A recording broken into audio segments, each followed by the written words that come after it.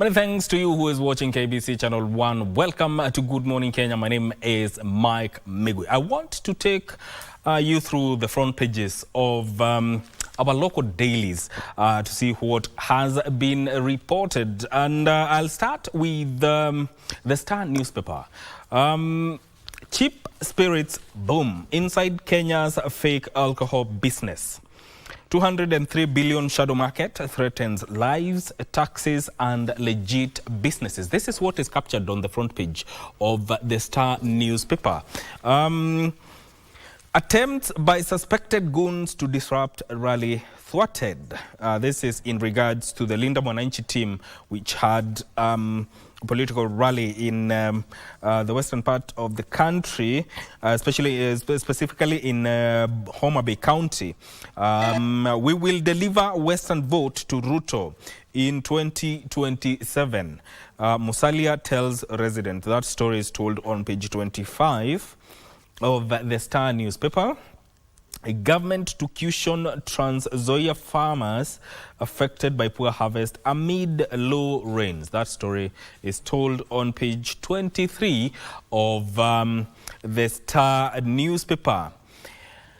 Managing a closed pension scheme needs a different strategy. That is a story that is told on page 6 of the same newspaper, that is the Star newspaper. And record bonds demand fires money markets as Central Bank of Kenya gets 460 billion bids. That story is told on page 3 of the Star newspaper. Moving on to the Standard. Triumphant, that is what is written on the front page of the Standard newspaper. Dusty and forceful entry into Homa Bay County.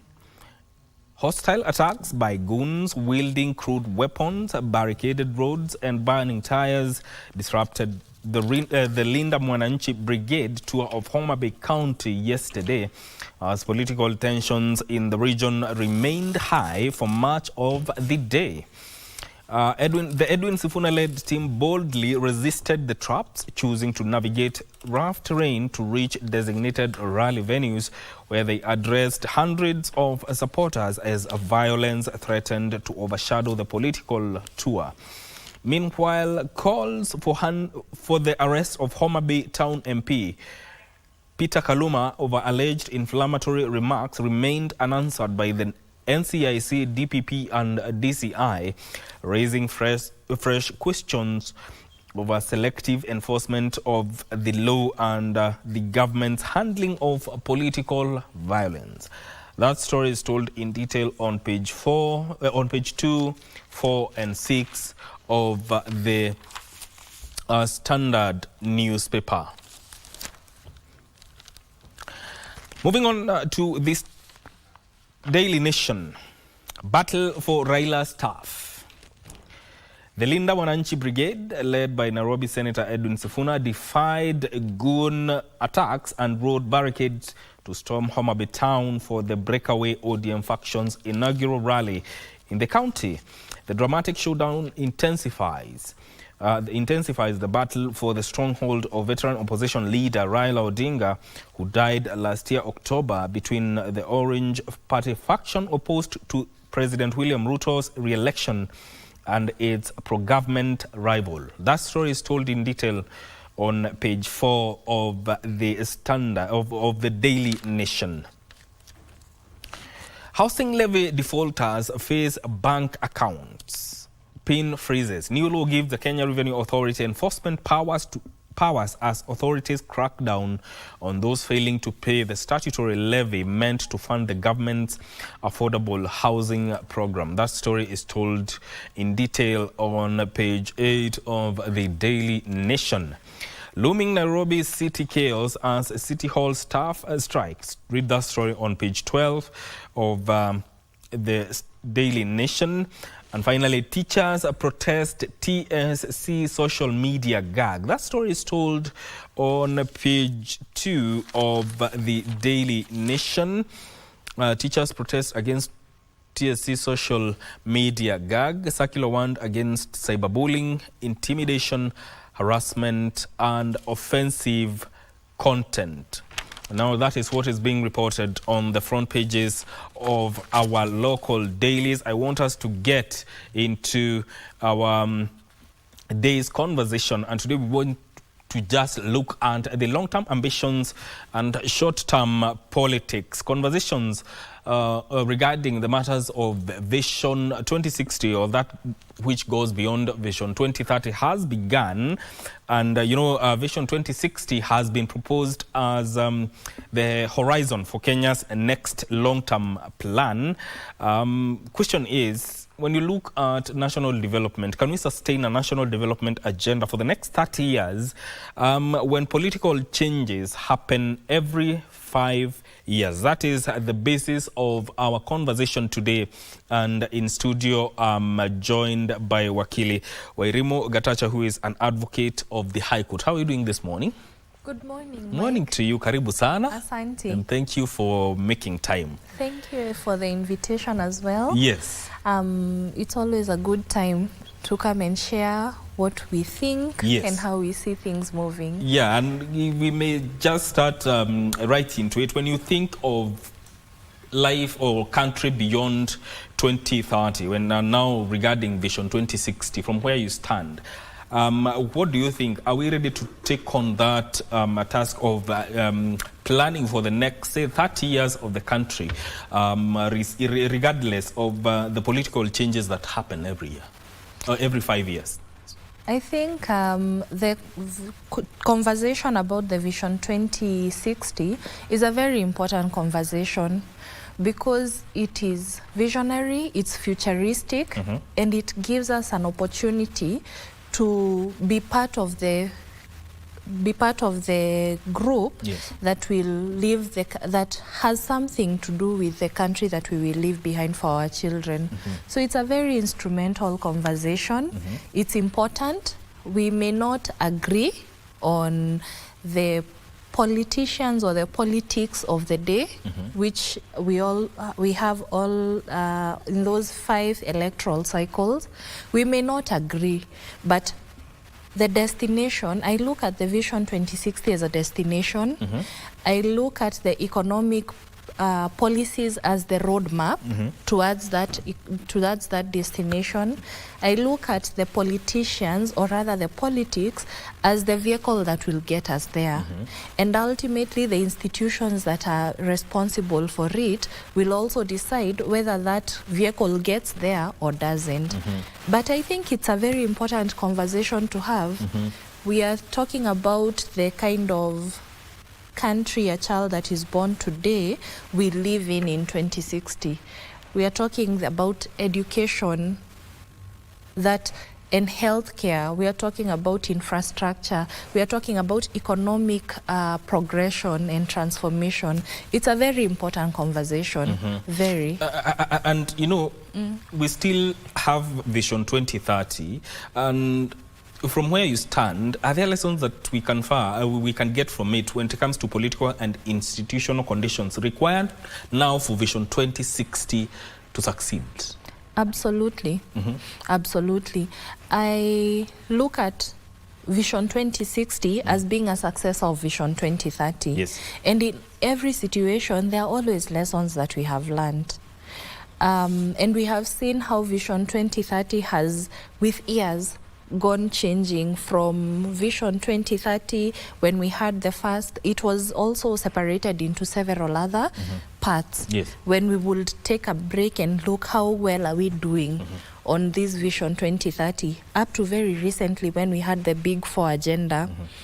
And it's a very important conversation. There are very many lessons to learn. Yeah. We will obviously look at where, when we have a complete audit, considering that we have not yet exhausted what was meant for Vision 2030, we'll be able to do an audit and ask ourselves the questions, the tough ones, and see what lessons we have learned, which wins we have made, because they are there and there are many, so that they can also guide us into the future. Considering how dynamic things are now, when we were launching the Vision 2030, we had no idea just how big technology would advance. Today, you cannot even tell what the next 5 years technology will look like. So it's a good conversation to have. That's when now you're able to tell apart visionary leadership and leadership that waits for a crisis to act. Yeah, if you're able to plan ahead, all the better. The difference between being reactive and proactive. That's the thing. And you know, the timing, there are those who say the timing can raise more compelling questions because the conversation has begun now, months or less than a year towards the 2027 general election. Question here, are we able to think beyond electoral cycles and build a vision that successive administrations can implement? Are we able to do that and look beyond the politics that we see every 5 years? I think we should. I honestly think we should look beyond that because the government of the day, which is led by His Excellency President William Ruto, is not the carrier of that vision. We, the people of Kenya, are the carriers of that vision. So if we look at it as a government project, we will obviously miss out on a few things because we may not find ourselves at the decision-making table or part of the people that are making contributions towards what the Vision 2060 should carry. It is just it's going to be launched by our government of the day. However, we have short-term accountability, short-term governments within every 5 years who are able also to carry the vision through the successive governments that will come.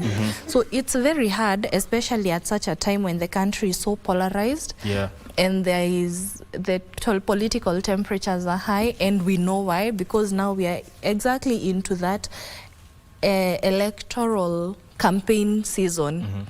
And it's possible that we want to separate. I will understand if every Kenyan asks, we want to understand first what's the manifesto for the government for the next 5 years, even while we discuss the Vision 2060.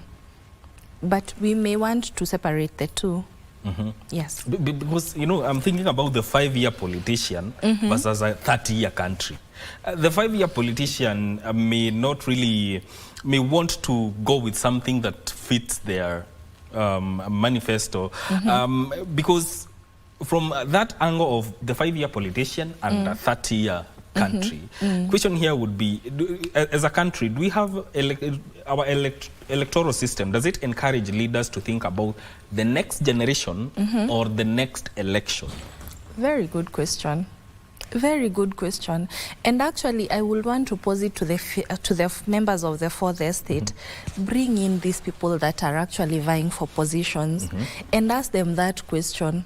Because majority will be looking at the 5-term, which is okay, and it's all right for you to think about the 5-term.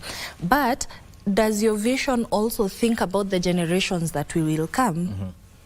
It is, I believe that we can do a lot of civic education also on the ground to have people appreciate not just the short-term 5-year cycle, because that is what used to be there before. I want to believe from the time of Mzee Jomo Kenyatta, there were always those 5-year cycles of what we intend to achieve until it got to a point when now with Vision 2030 there was need to space it out so that you can also think about the successive generations that will come. And that is now progressive. We should have governments that come in and align to that long-term vision. Yes. And you know, because when you talk about industrial policies, education, energy investment, those are projects that can take quite a long time to generate a full potential. And sometimes when you look at political leaders or the political landscape of the country. However, they operate, yes, within the 5-year terms, and that now creates structural tension. So how should these leaders or the implementers of these visions now be judged? Is it what they deliver now or what they are doing with to enhance the achievement of the entire vision? To answer that, please allow me to look at the economic transformation agenda which President William Ruto actually spoke about when he came into power. Today we can see change, and we can see what the statistics are showing us when it comes to GDP, when it comes to infrastructure, when it comes to all the development in the nation. However, to convince a Kenyan, and I speak this even for me, to convince a Kenyan that the economy we are growing our economy, but at the same time, you're struggling in your house. You have not seen any increment in your income, and the income that you're getting, you're not able to pay your rent, pay school fees, take care of health care, and still be left with something to invest, to save, or maybe to go and enjoy. That becomes a very tough conversation to have with Kenyans, because yes, we see the infrastructure, yes, we see the GDP, but when will it start making sense to me in my pocket? You know? And I want to believe that economic transformation is very important. If we want to achieve what we want in Vision 2060, for instance, if I were to be asked what I would want, I'm looking at a country where I will not have to worry about in 2060, if I will be paying school fees, I don't have to worry about school fees, because that will be funded publicly. I don't have to worry about healthcare, because even our politicians and the wealthy people in our country are also going to these public hospitals. That's the vision I have for our country. And for us to get there, hard decisions will be made, tough conversations will be had, sacrifices will have to be made. And I feel like what we are experiencing also at this point is also a sacrifice towards that. But beyond that, we also need to have very firm policies on the issue of wastage and corruption, because every shilling that is paid by a taxpayer should be used exactly for what it's meant for, if we want to actually reach where that vision needs to take us. And you've brought a very important aspect when it comes to accountability, especially with monies for various projects. How do you reconcile that accountability with development projects whose benefits may take now time or decades to materialize? Accountability, let me start from the point of the drivers of these visions and these projects. The leaders should be able to look at themselves. Integrity is part of leadership. So if you're leading with integrity, you'll be able to take care of what you have been given and be able to do what you're told to do, right? So I would want to imagine that the institutions that are also there are able to take care of, are able to also make sure and safeguard the integrity of these processes and how the development is being done. We agree, like for instance, infrastructural development may not contribute immediately to the growth of the economy. There are things that will be staggered and we will see the results much later. And when you look at long-term vision, it cannot become an excuse for short-term inaction, because it must confront today's realities, especially when it comes to matters of the economy, because that is one area that every Kenyan wants to see improvement, especially when it comes to matters of liquidity. And you know, as a country, there is some significant fiscal pressures. When you look at the vision now, can it be credible without a credible financing model? When it comes to the financing model, it's important to also face the reality that the Kenyans are already burdened by the taxation. So the experts should also advise and give guidance on how we can increase our tax base. Because continuously overtaxing Kenyans who are not seeing any extra income coming in is also a crisis on itself, on its own. It is a crisis. So the experts that are involved in those fields should be able to give us a guideline on how else we can be able to expand the income, the revenue collection for the government, so that we can be able also to achieve these, to grow our economy and to be able to achieve the vision. Yes. If we are looking at a vision that by 2060, most systems should have been or should have already started working. From where you stand, where should, as a country, where should we prioritize when it comes to dealing with issues that will transform this country and even take us to the first world that we are garnering for?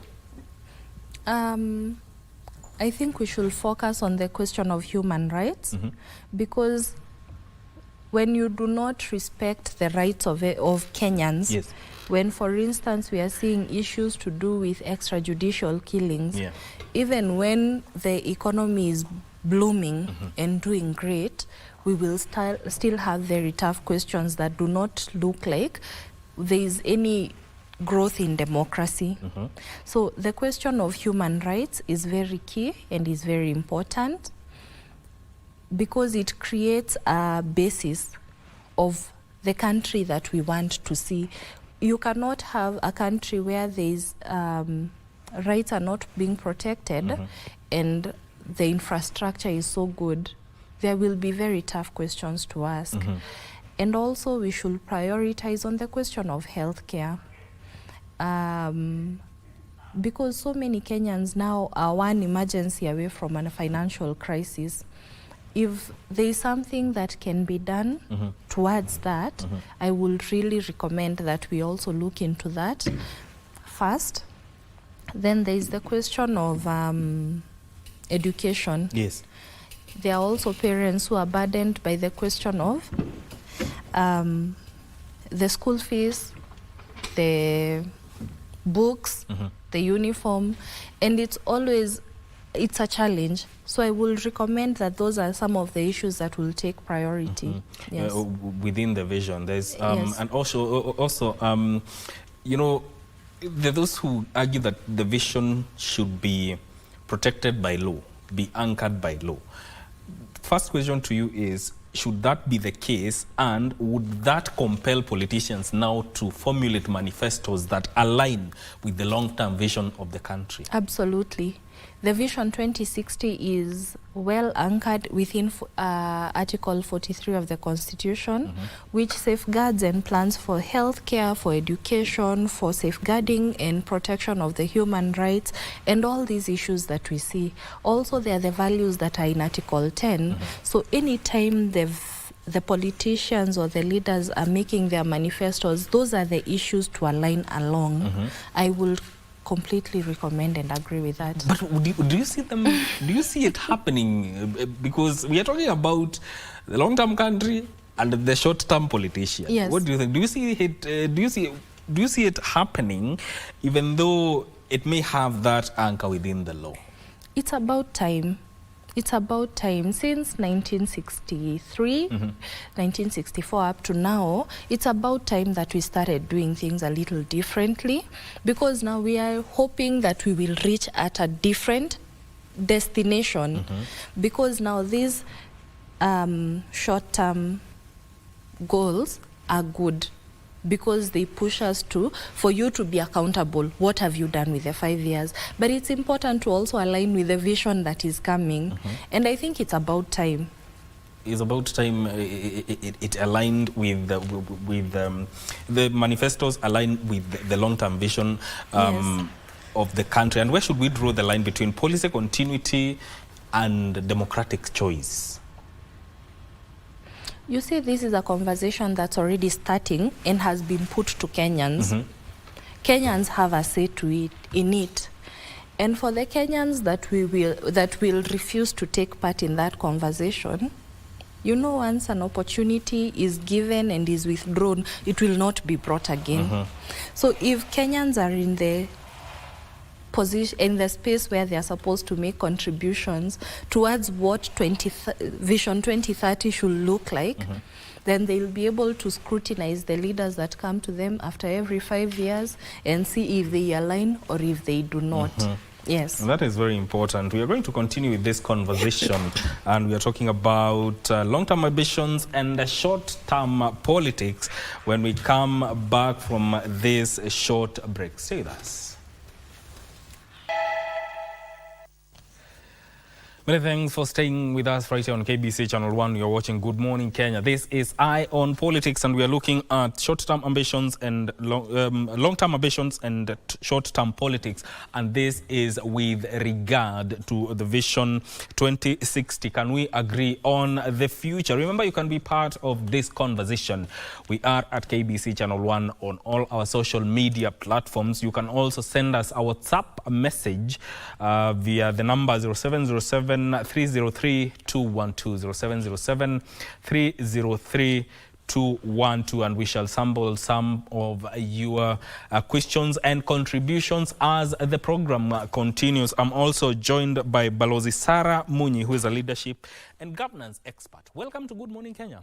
Thank you, sir. Really appreciate it. How are you doing this morning? I'm doing very well. Yes. Thank you for the warm reception. Karibu sana. It's very cold out It's there. cold outside and it's drizzling. Yes. From where you stand, when you look at the long-term ambitions of the country and the kind of short-term politics we usually have every 5 years, can we agree on the future? I believe if we want to, if we want to, and if we love our country as leaders, as the people, because implementation of such a vision, we need, first of all, let me say, we need long-term goals. We need that Vision 2060. I think anybody who has a problem with a vision, with long-term planning, they have a problem. Yeah. Really have a problem. Yeah. But even before I come to the politics, I think as we think long-term, there are two questions we need to ask ourselves. Where have we come from and where are we? We've been having the Vision 2030, first of all. And there's been very, very visible wins that Vision 2030 has delivered so far. We cannot deny the transformation in infrastructure, whether it is ICT, digitization of government services, we have roads, we have energy, you know, we have ports and all of that. Although that does not equal to infrastructure, does not equal to prosperity. There, for me, I believe the real test of Vision 2030 and any vision we need to have and any politics we need to play is, can an ordinary Kenyan be able to put food on the table, be able to run a profitable business, be able to afford healthcare, and be able to have quality of life, live with dignity. That's what every politics should be able to address, so that we don't reduce our political, you know, promises, our campaign promises into, you know, what makes me popular. You know, it needs to be really anchored. If I'm going to, like now, I'm vying for Senate in Kirinyaga, and if I am going to give any promise, is it anchored in the long-term plan for the country? We want to go the Singapore way. We want to be Singapore. These people plan long-term, and the implementation, people own that vision. And so whether it is a political campaign promise, it is anchored, very much anchored into that into that vision. And so for me, I think we need to step beyond our own political interests and look at what benefits a generation. We think generational. What benefits a generation? Yes. Very important. Also, I'm joined by Innocent Musumbi, who is a political analyst. Welcome to Good Morning Kenya. Thank you so much, Mike. And bringing you into the conversation, when you look at the vision that the country is conversing around, Are we able to agree on the future? That is one. And are we able to look at it outside the lens of politics? Exactly. Mike, it is true. We need a long-term plan for Kenya. And the current generation now, we need not just to think about ourselves. We need to think about our children's children. And it's important that we do not politicize everything. You know, in Kenya, we are political animals, all of us. And you see, even if I am in opposition or in government, the clarion call should be Kenya moving forward. So I don't know why some people have a problem with Kenya thinking beyond 2030. But I agree, it's important to audit. How far have we gone with 2030? Yeah. Why have we failed in getting the 100% of 2030? And how can we make beyond 2030 better?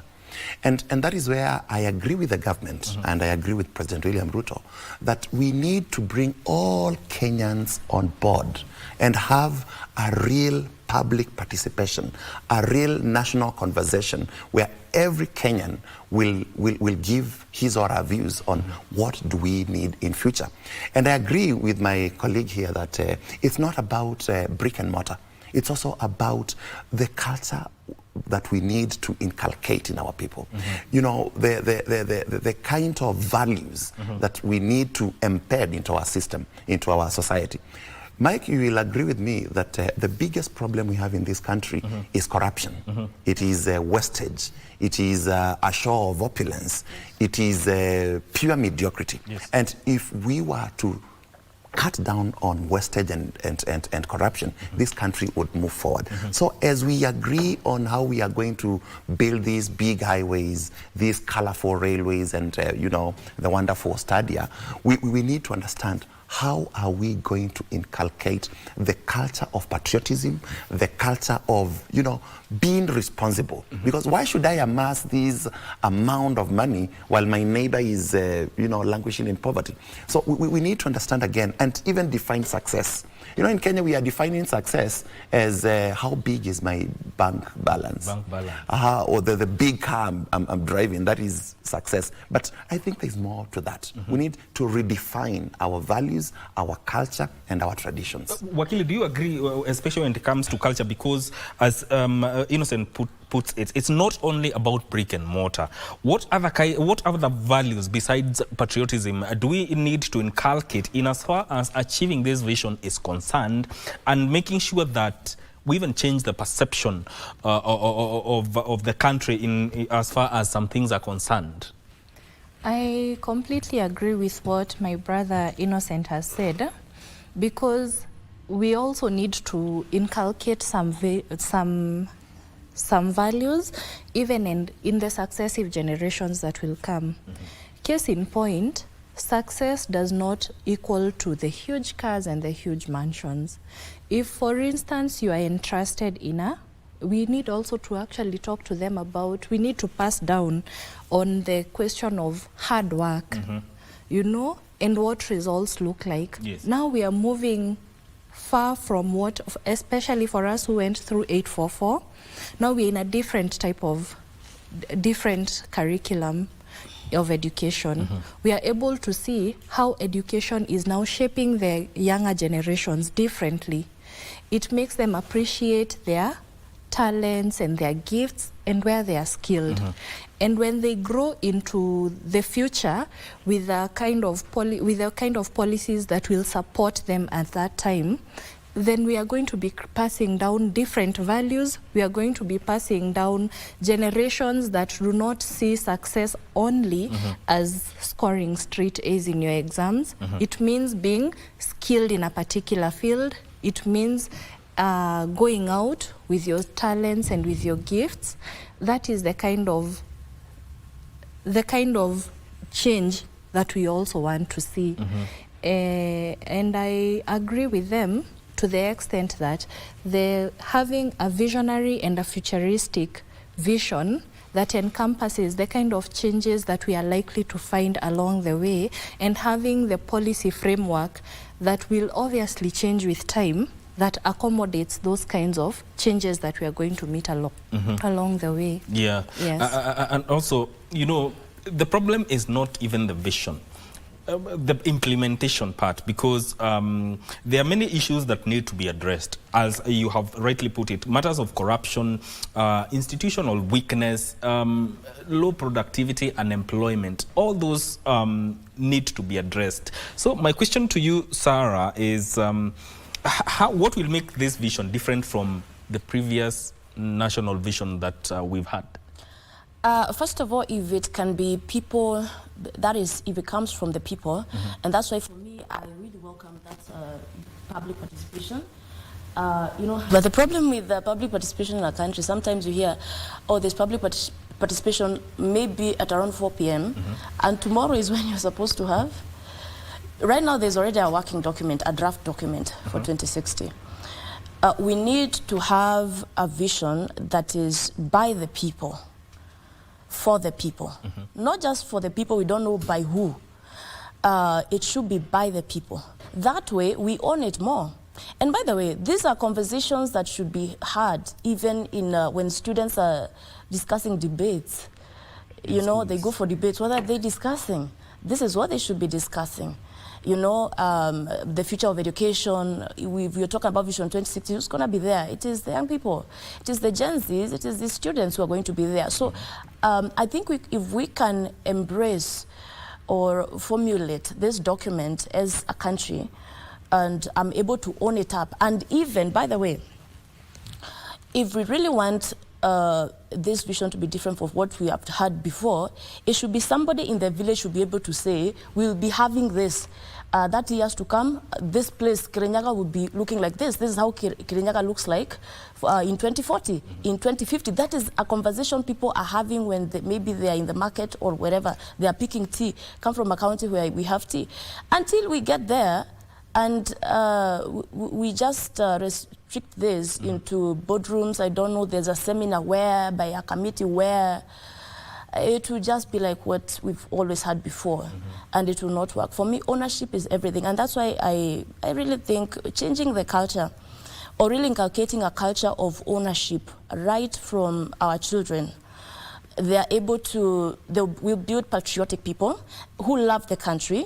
It will not be hard for us to fight corruption in future because we've inculcated the values of nationalism and patriotism from a very young age. You know, even the good book says that train up a child in the way they must go. And when they are mature, they will not deviate from it. Yeah, very important. And Innocent, you know, there should be, yes, it's a framework, but should it contain binding targets? Should we have transparent progress reporting, probably strong parliamentary oversight, and clear financing commitments for it to work? Sure. I want to start by, we need to borrow, and I have seen a lot of conversation about how we need to look at our economy in the lenses of the Asian tigers. You know, the China, South Korea, Singapore, Taiwan. And I've just been looking at China and how they do their development plan. They make like a 50-year development plan, which is segmented into 5 years. And again, further segmented into, they review it yearly.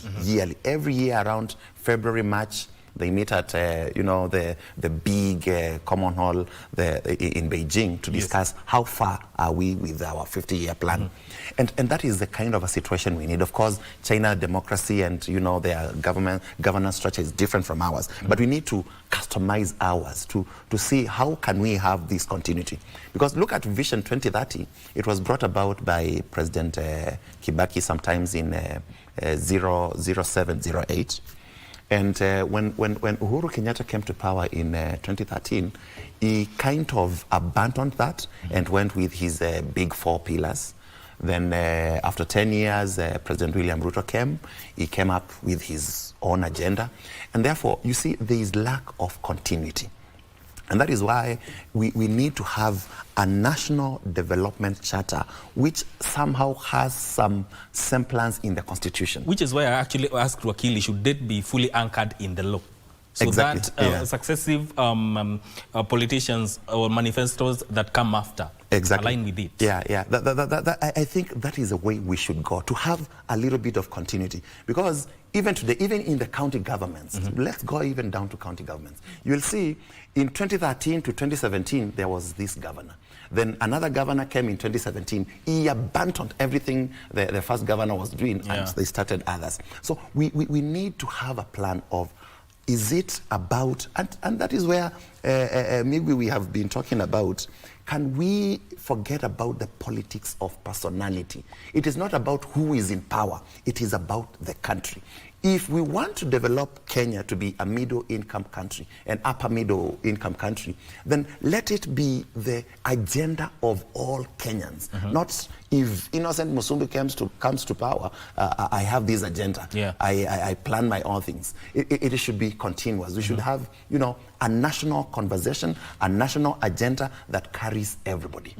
Very important. And there's something that Sarah said about matters of public participation and who actually gets to shape the vision. And I want to throw this question to you, both of you, Sarah and Wakili. What does meaningful public participation mean with regard to the vision that we want to take, the direction that the country needs to take towards achieving Vision 2060? Let me start with you, Wakili. For a long time, we have had public participation in form, but hardly in substance. This is because the first thing is that public participation is well anchored in law. And Article 10, that is one of the values that has been anchored in law. If you look at the Constitution has provided how Parliament should carry out public participation, how the local county governments should also carry out public participation. And currently we even have a public participation bill 2025, I believe. Public participation comes in when a Kenyan is not asked to pass a law that is something that is already written. They need to interact with it. Then civic education comes into place. We need to explain to our Kenyans. When we say, it's not just putting out a notice that on this particular day we shall be carrying out public participation. There are people on the ground that are explaining what the document portends. Other than that, they are asked for their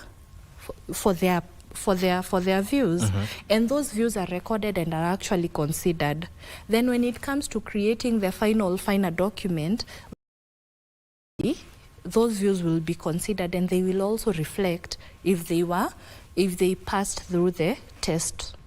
So public participation is something that we should all take very seriously in every sector that you're in, because there are those laws that are made. When we say that this vision is for the Kenyans, by the Kenyans, let us also actively take part in it by engaging continuously and consistently with the team that is creating this vision, so that we are it and will be able to hold the successive governments and the successive leaderships, whether it's in the counties or anywhere else, along that vision that we have been part of and that we have approved. Yes. Sarah, when you look at public participation, how should it look like? And should Kenyans be able to see what was proposed and what was rejected? Yes, I think it's public participation presents a genuine opportunity for people to have a say on things that affect their lives, decisions that affect their lives. And so for me, the key word here is genuine. Genuine. It should be genuine. It should not be just inviting people to stamp what you have already proposed. So in other words, Kenyans are being given a blank page. Yes, it should be a blank page. And right now we do have a proposal that is there, which is a document, but it is call it as the meat. Should be able to feel this is what we want, this is what we don't want in our education system. And for me, the first thing is how informed are they? How informed do people really know what's being proposed? How does it affect them? it takes time. And let me say this even for the part of the people, the interest. You know, because we are not used to doing even this time, be interested. People, we need to be ask questions, have the discussions. Otherwise, you know, because we are not used to engaging. Most of the time, people who go for public participation are people who have in that particular, whatever, if it is a bill, they have specific interests, you know. We start owning it up. Go to that county assembly, that gallery. I'm going to sit at that gallery today. I'm going to listen, I'm going to participate, I'm going to ask questions. People are so busy. I have to do this, we consider going to sit at that public gallery and give, you give your own opinion about that. We don't think helping. And it, so let me, I don't have time to go there, you know, and I can't feed my children right now. I need to do something that feeds my children right now.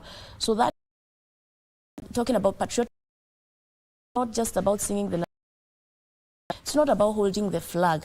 It is about participating, being interested, asking questions, making proposals. That's what will move our country from an upper mid-level income country. Yeah, very important. And when we talk about ownership of this vision, at what point does consultation now become genuine public ownership, especially of a national vision for development? This kind of government, it's a big time. Vision 2030, it was top-bottom. It was designed somewhere, then it was brought to Kenyans. But with the vision beyond 2030, yes, we should be having conversations at the village level, not just in towns, not just in Nairobi, not in the county headquarters. Let it go down deep into the villages. Let people down in Machakos understand give their views on in beyond 2030. And you'll realize that came in the 2010 constitution, and Vision 2030 therefore did not have, you know, the ability and the influence of the counties in the vision. Beyond 2030 now must consider what is the role of the county governments, what is the role of the counties in propelling Kenya to the next level.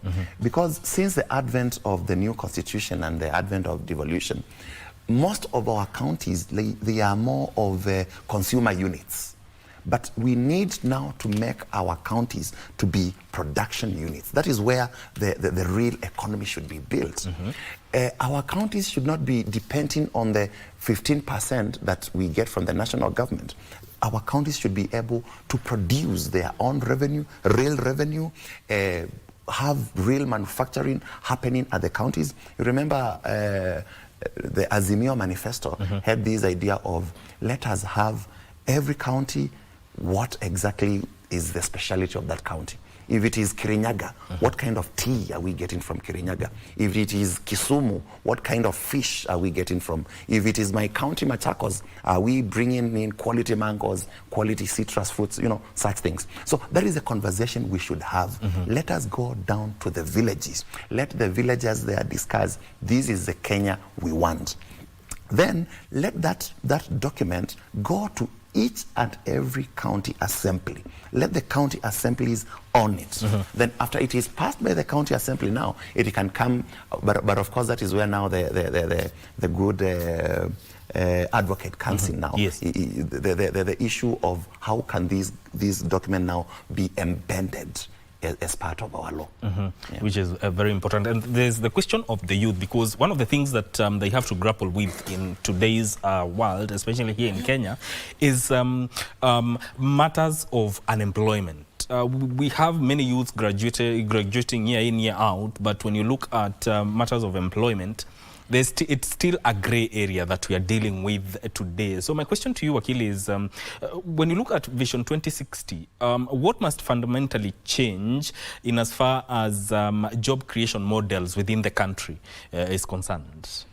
Yes, actually, I go back to a question you had asked me. Yes. In terms of issues that need more priority Yeah. than others. And I missed to say the unemployment, because it's a very huge problem that we have in the country.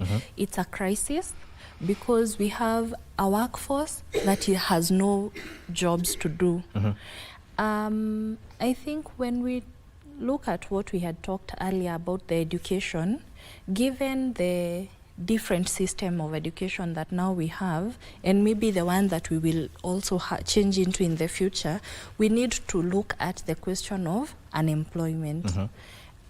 Encourage and empower our young people to go into things that to study and to get training on things that they can be able to stand on themselves without necessarily looking for employment. That does not go for everyone. We need also to create a kind of economy that is able to employ and pay salaries to most of our young people. We need also to involve the young people in so many other programs that create opportunities and create jobs. Case in point, we have the housing project. It has created employment that was not there before. Yeah. And while the government has not managed to create employment for every other young person, there is what they have done. But there is also a very huge gap of people that still do not have jobs to do. So I think the unemployment is an issue that needs to be dealt with with a lot of care, because we need our young people using up their energy in activities that will help grow our nations, so that we can also avoid seeing instances when the politicians are using young people for their interest in politics, and how they use them is when now we see that we now see people being called goons. Yes. Because if you use them to run your campaigns, and you use them to mobilize the people on the ground for you, that is good use of the young people. But now when you use them for criminal activities, yes, that's when now they shift and become goons. So we need to critically look at the question of unemployment, yes, and create employment. Yeah. I really, truly, and hope that moving forward, even in the successive governments, the question of unemployment will reduce to a point where now we won't have that problem maybe in 2060. Yeah. Yes. You know, there's a lot to talk about when it comes to this vision, but I want to give you each 30 seconds to give your closing remarks, and I'll start with you, Innocent. Yeah. I'll just pick it from where the good advocate has stopped about the issue of unemployment. We must, you remember there was Agenda 4 when we were discussing the peace accord with Kofi Annan. And Agenda 4 was primarily about moving Kenya forward. And the issue of youth unemployment was very, very, paramount in Agenda 4. And for Kenya to move forward, we need to understand how can we, tackle this issue of the unemployed youths, because that is where now we are getting goons, that is where we are getting this kind of crimes, that is where we are getting, Kenya cannot move forward. And therefore, as I finish, I want to say that let people, all Kenyans, come together, regardless of the political persuasion, and build the future of Kenya. Sarah. I think the key goal of Vision 2030 was that is middle term. It's a middle income economy, and people have quality, this high quality of life. Industrial. The reason why we have high level of industrialized. And so how do we produce the job? Until we become creators, and he mentioned these points, until we move from a consumer-based economy to a production, manufacturing, agri-processing based economy, we will always have the problem of unemployment. And then the other thing is also our education system, and it's good that we have a new education system, but it needs to be very skills-based. It needs to be very, very skills-based. If knowledge cannot be transformed into a skill that can solve a problem in the marketplace or in the society, we have an unemployed person. Because the marketplace only pays for solutions. Can you be able to make I need to sit on a chair. How many degrees do you think was needed to make this chair? And in many households in Kenya, to find a chair, you need somebody with a skill. Skills-based education, that's really what we need. How many degrees were needed for somebody to make this cup, this phone, you know? It is skills-based education that will help. And also, let's think industrialization. That's what will really solve the unemployment issue, not just in Kenya, but in Africa. Yes, we've been added 5 minutes, actually. So let's take a very short break, and I'll come back to you. Stay with us.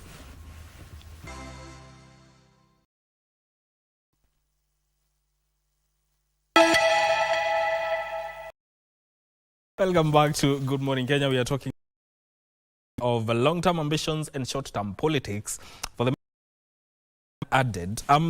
Wakili, I want to ask you this question because we cannot escape from the fact that that matters of politics, we cannot escape from that because there needs to be safeguards. But then again, what would convince Kenyans that this vision is a planning as opposed to matters that regard electoral competition? Mike, we may not agree on politics, and maybe we shouldn't, and that is why there should be several people that are competing or several coalitions that are competing for these competitive positions. But we should at least agree on where we want to go, on the future that we want for our children and for the other generations. Right now, history is in the making. History is being written. And the future generations will judge us based on what we do today. If we do not engage in a conversation that shapes the future of the generations that will come, in future, reference will be made because of political affiliations. A certain faction or another faction took part in this conversation and another did not. Let us take time and introspect. We are patriots. We love our country. We want the best for our country, and we want the best for the future generations that will come. So we should be able to make a distinction. We may not agree on politics and the political landscape, and that's okay. But for the future and for the destination, which is the vision, we should at least agree on it. How we get there and who will drive us there will be dynamic, but at least we should agree on that. Yes. Please allow me to go back on the question of unemployment. Yes. The future is likely to focus mostly on renewed energy. We should look at a situation where we should empower also our young people to look at how we can use renewable energy, because these are things that are being done in other countries, like on a very big scale. That is something that we should also do. I have interacted with several people who are looking for experts in this country who have done a bit of management in these issues of renewable energy, and they are using these people and taking them to their country. I think moving forward we should start thinking, because we do have these resources, waste resources, which can be used for renewable energy. Like she said, industrialization. Let us work on that pillar so that we can create employment, we can create resources, and that is how we build wealth for our nation. Yes. Yes. Industrialization, very important. When you look at industrialization, Innocent, should we start at the county level, or what role does the county level play in as far as this industrialization dream is concerned? Yeah, Maybe you know I'm very passionate about the issue of devolution, and that is why I'm running for the position of senator in Machakos County. Yes. And Kenya should be built from the devolved units. That is where the inching of Kenya should start from. And it is quite unfortunate that 15 years, almost 15 years since devolution came in, the devolved units are just consuming from the levels. And therefore, now thinking of beyond, should have a plan on how county will contribute towards the national economy. We should have a conversation on, if it is Machakos County, what is Machakos County good at? We have a lot of mangoes there. We have a lot of citrus fruits there. Can we make Machakos, and maybe now the entire Ukampani, can we make this the fruit basket for Kenya?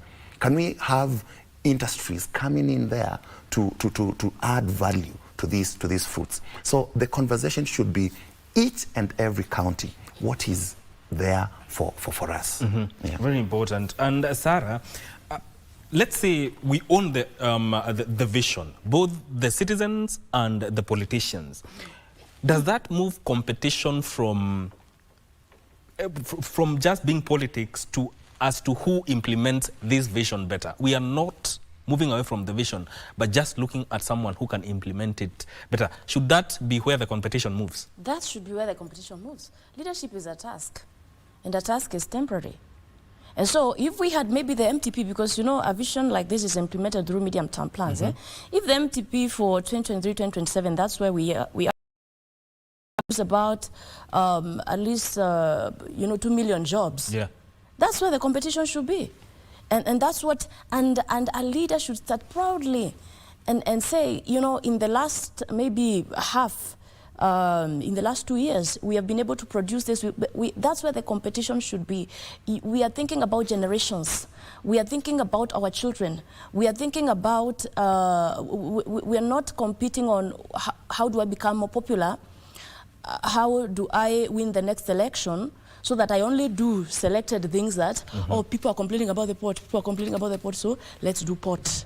People are complaining about this, people are complaining about it, let me do, you know. And so development becomes very, very selective, and you have different parts of the country. People are complaining because you only develop where you come from. The roads, there are whole belts where you come from, and in other places where people also elected you, there's no development. So for me, that's where the competition should be. During my tenure as the president, the 6th president or the 5th president, we produced 6 million jobs. We moved Kenya into, we were able to achieve the 10% GDP growth, because we've only been seeing 4 to 5. That's the pride that as leaders we need to speak with, because that's somebody that has owned up that vision, and they are doing their level best. They're doing everything to achieve that. So for me, I think that's where the competition should be. And Wakili, how do you see this vision now fitting within devolution, or vice versa, fitting within that vision? I'm a huge proponent of devolution. Yeah, decentralizing power from the national as we knew it before. Yes.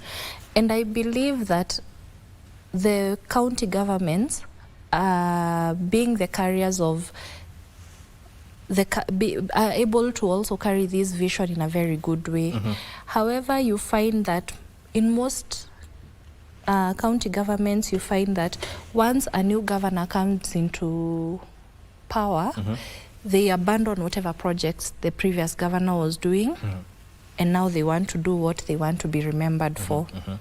But if they actually align to what the vision states and what the vision seeks to achieve, and the good thing about this vision is that there is a roadmap.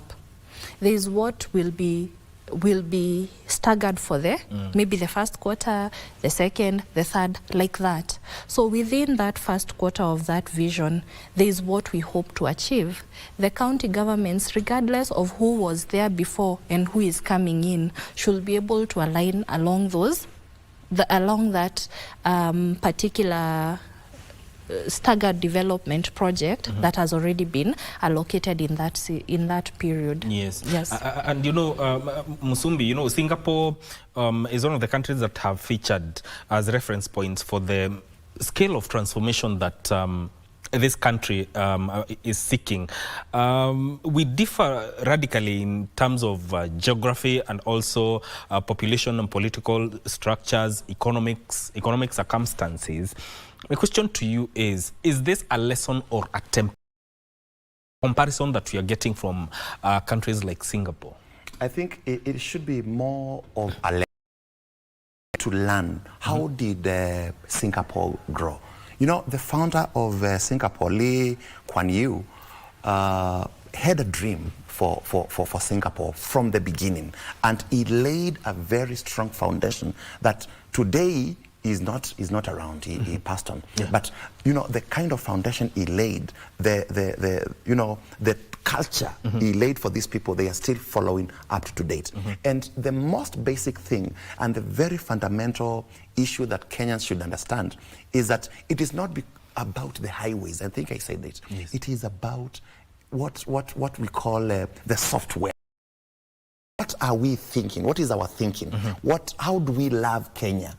And if we love Kenya, we won't steal from ourselves. Yes. We won't amass, we won't be kleptomaniacs, amassing a lot of wealth while your neighbor is languishing in poverty. So we need to change that culture to understand that moves forward, everybody should move forward. And of course that will mean we have to change our style of politics. It doesn't matter you are in government or in opposition. Yes. Your conversation, your dialogue should be towards building Kenya. Because maybe you have heard of politicians here in Kenya saying, in this period, no investor should come to Kenya. Wait for us to get power next year for you to come. Yeah. Some politicians talking about tourists should not come to Kenya when President Ruto is there. Wait for us, wait for President Ruto to go. When we come back, when we come to government, you will be. So that is the kind, these are almost like economic saboteurs. So we need to have real patriotic leaders who are ready to move Kenya forward, regardless of are they in power or not in power. And Sarah, that is a very important point. It brings about another perspective. Should we have bipartisan or cross-party agreements on a number of issues when it comes to the vision of national priorities that no successive government can reverse on it? Should that happen? That should happen. That should happen. And I think that's why we talked about it being inculcated in the law, so that we don't have, we have competing interests. It's about what makes me popular. I think that should be done, and this should be one of what makes Vision 2060 different from other visions that we've had before. If it's inculcated in the law, and I really want to show goodwill and serve the people, I will follow. I'm going to follow the rule of law.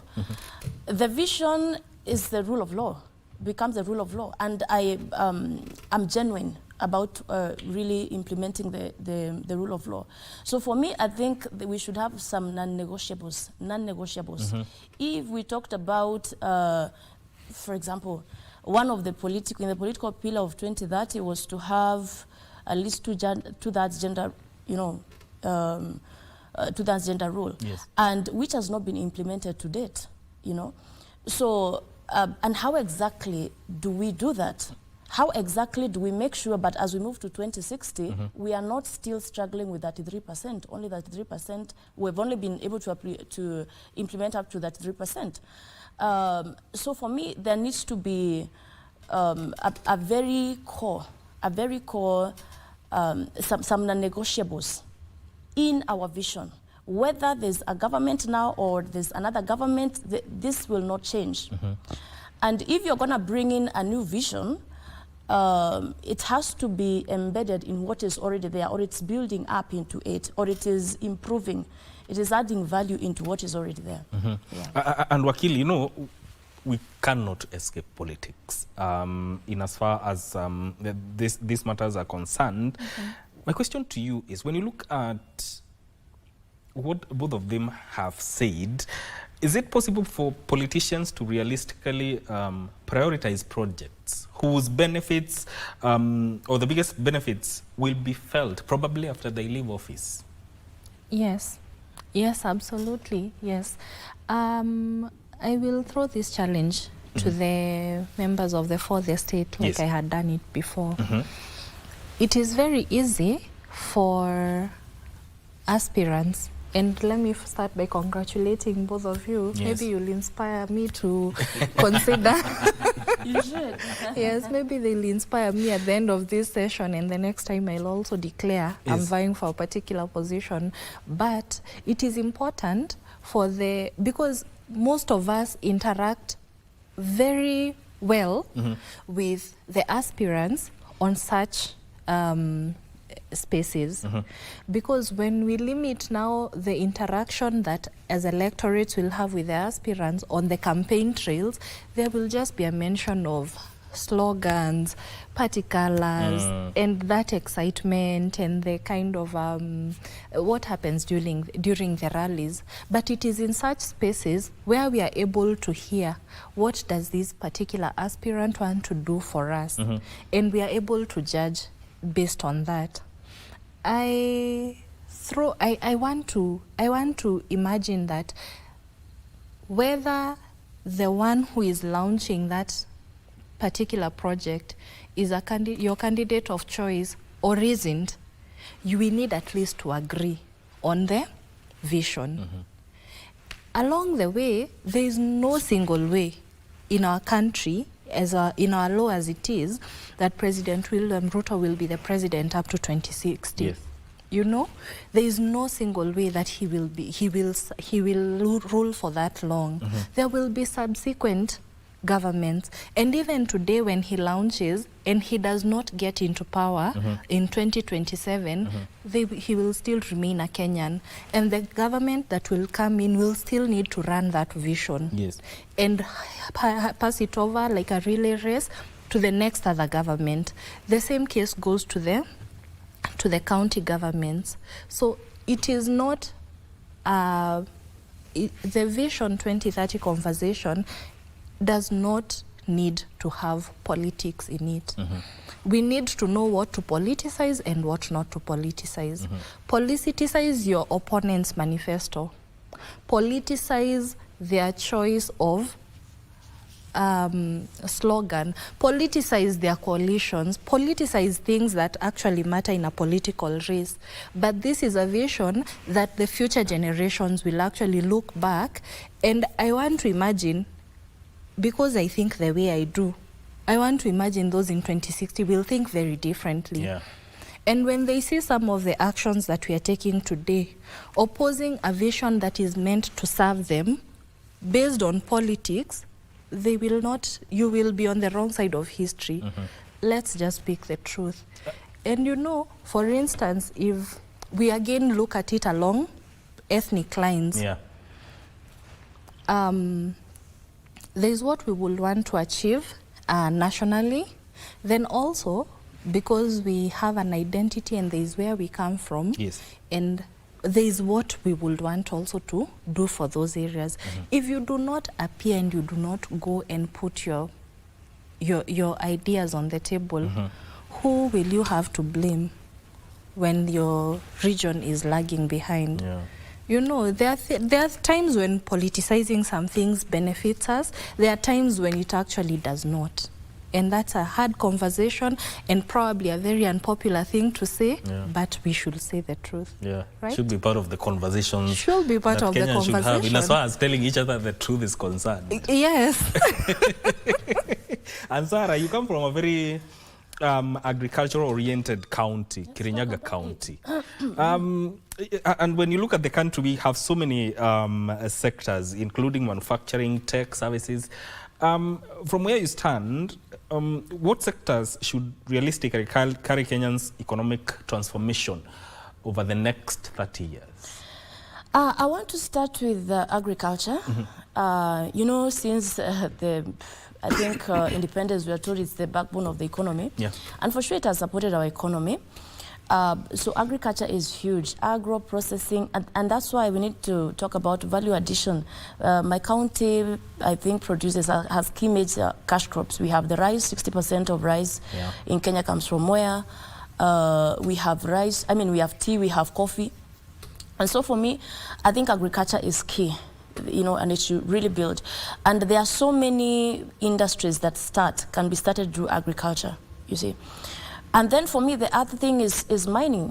Let me tell you, this thing of agriculture is the backbone of the economy, has really blinded us as a country and as a continent for many years. Because even those who, were here before, or the colonizers, they didn't come here for agriculture. They came here for the real gold, the real backbone, which are the minerals.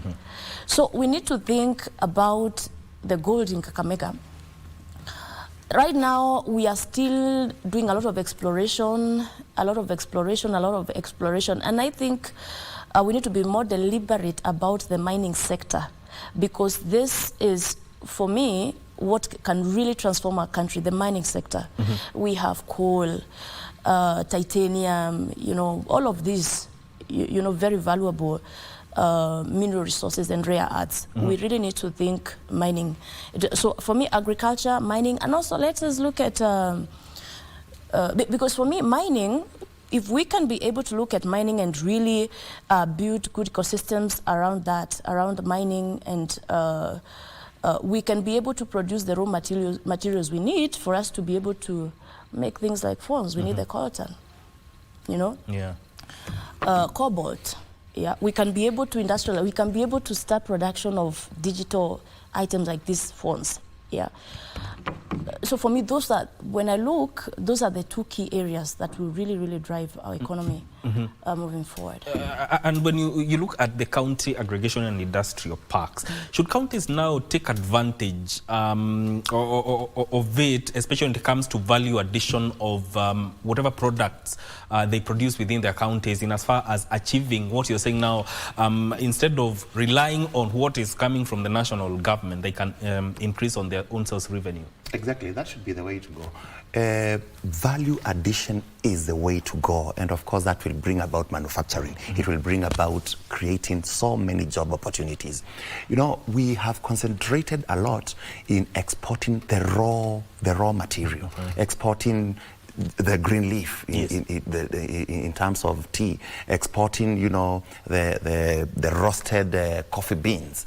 We need to add value to these things, because number one, that will improve our income. Number two, it will create job opportunities. Number three, it will ensure that our counties now are the engines of our economy. And when we talk about agriculture, no country that grows without being self-sufficient. It is quite a shame that in Kenya we import maize.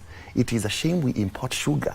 It's a shame we import very basic things. So number one, let us ensure that Kenya is food sufficient, self-sufficient completely. Food security. And that will ensure that for that to happen, we need to stop relying on rain-fed agriculture.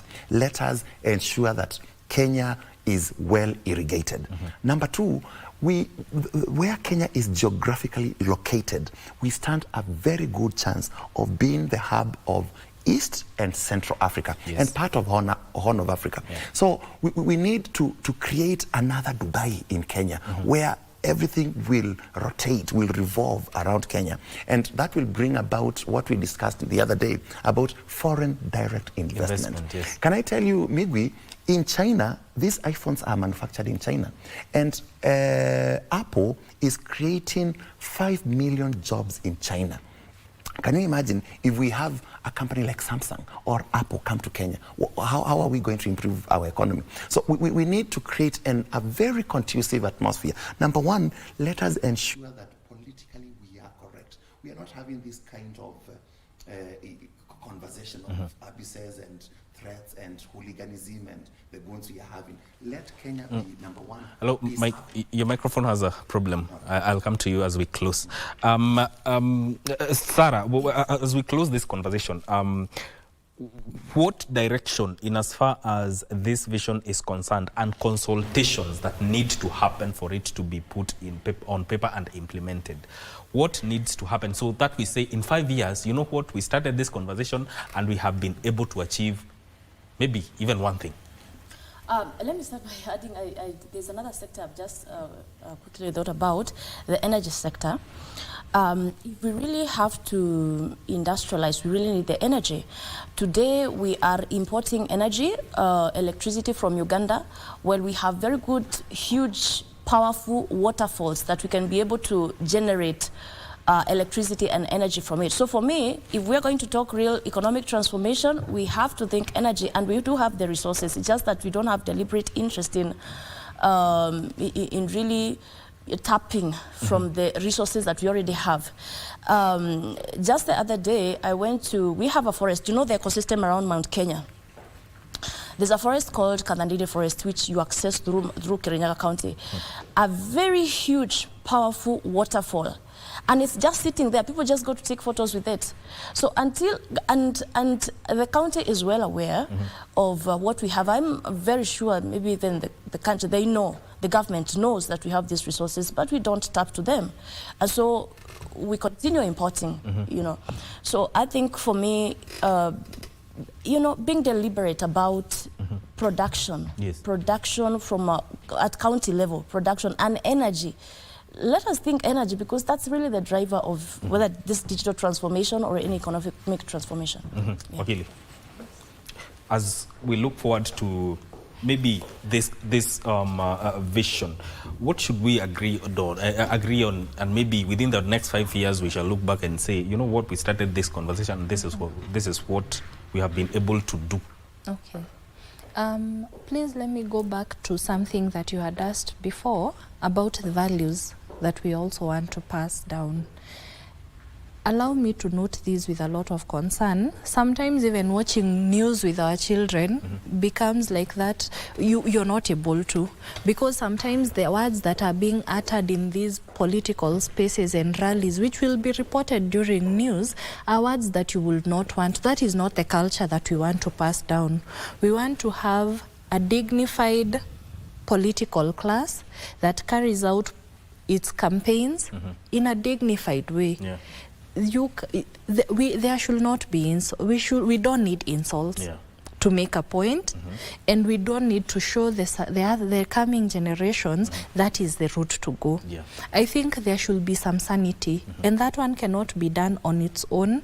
It also comes, there are institutions that are involved in making sure that politics are carried out responsibly, because the political pillar of this vision is very important, and it can, because it's the one that drives us to that particular destination.